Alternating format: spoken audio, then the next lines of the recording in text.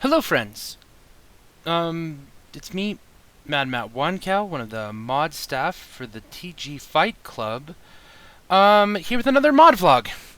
I've been oscillating around 3 different vlogs I needed to make, and today, uh,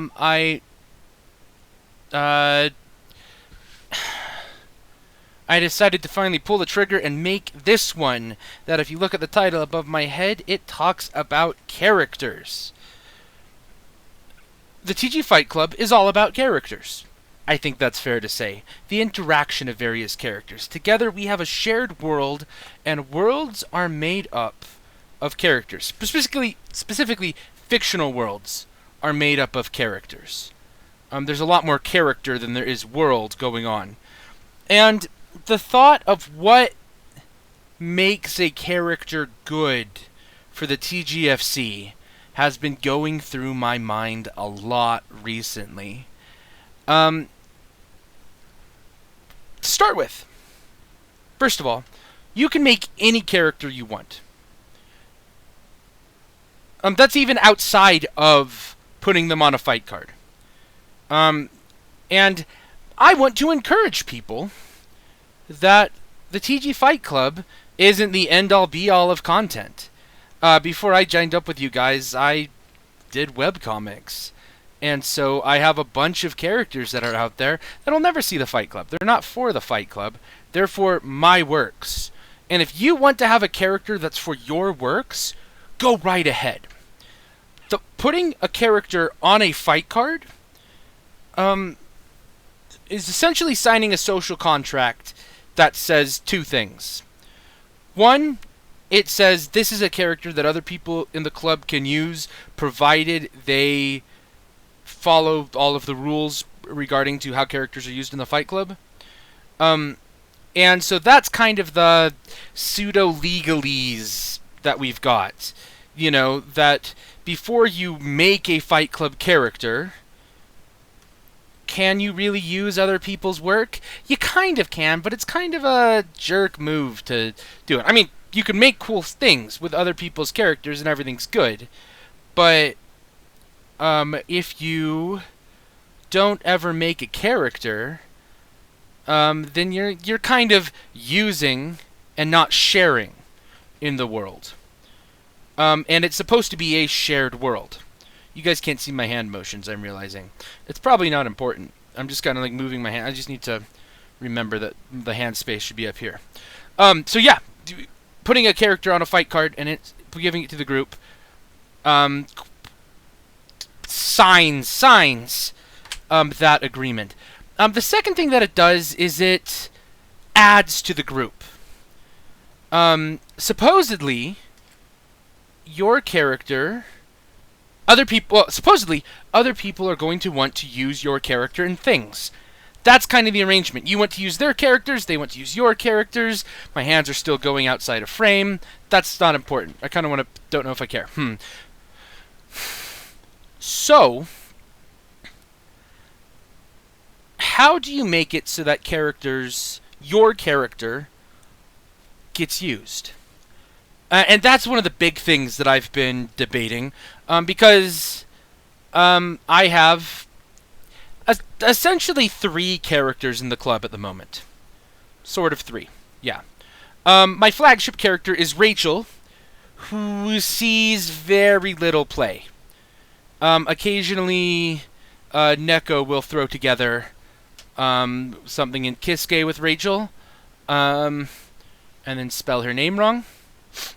But that's not important. But really, that's all the play that Rachel ever gets. And I don't necessarily know what to do about that. I like Rachel. I love using her as a character. She's a great character.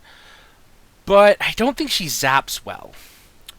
And that's part of the problem. I don't think people know how to use her.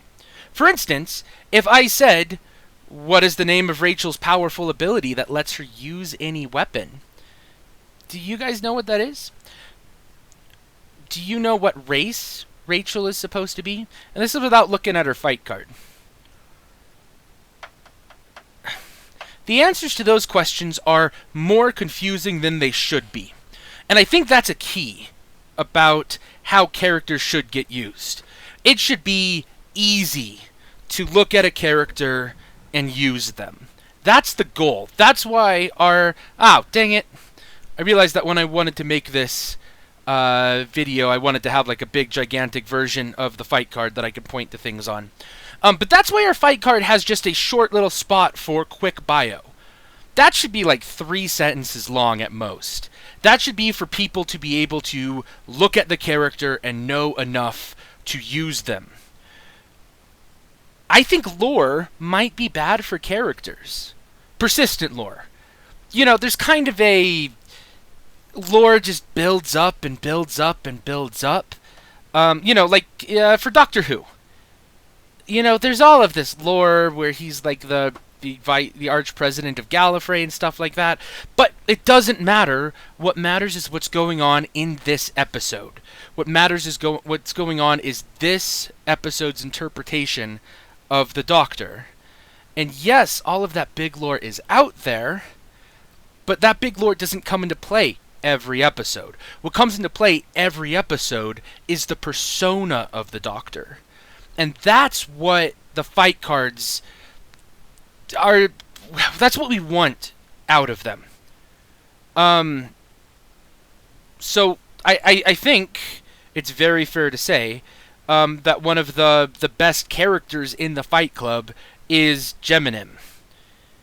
Because he's got a fairly straightforward set of desires. He's got a fun character model. And he's always available to act like a jerk so that people don't feel bad about zapping him. Zapping Gem is basically always fun. And I think that's part of the key of making a good character for the group, is you need to think of not what makes this character fun for me, but how will other people in the group be able to use this character? And that's a hard question. For my character, the Mats, of which there are at least 4, kind of.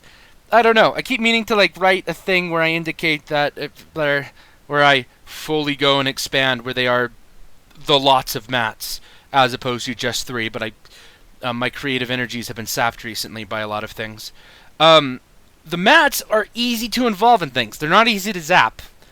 You know, I don't think they're easy to zap. But they're basically the quest giver. And they take on that, and they can easily take on the role of quest giver in any story. You need something to happen in your story, the Mats pop up on a view screen, and they give the main character enough information to go and do the story. The Mats act as Major Monogram. That's their role in the Fight Club, to just show up and tell a story. I don't know what I'm doing with Sundari. I'm thinking of benching her, except that Neko seems to really like using her. I don't have any good stories because I don't think the character's deep and detailed enough. You know, she's got basically like... She's a 2-dimensional character whose 2 dimensions are Egypt and evil. You know, maybe evil Vizier for that second point. And that's really all I have going for her. Until I do something to figure out who she is a little bit more, it's going to be hard for me to use that character. So, when you're making a character for the group, think about how other people are going to use it. And that's not necessarily to say to dictate to other people, this is how you use this character. But give some tropes, give some easy things, give us some hooks that we can take and look at your character and think, oh, that's a neat idea. I wonder what I can do with it. So I think that's... Well, I don't have a ton of time for recording in this software. I don't think that's all of my thoughts on character creation, but I think that's where I want to start. So, question of the day, then. What could we do as mod staff when Season 3, however long away that is, not anywhere close, never saying that. But when that comes around, we'll update the fight cards. What would be on there to make it easier to get a grasp of who your character is? Thank you very much. Catch you guys later.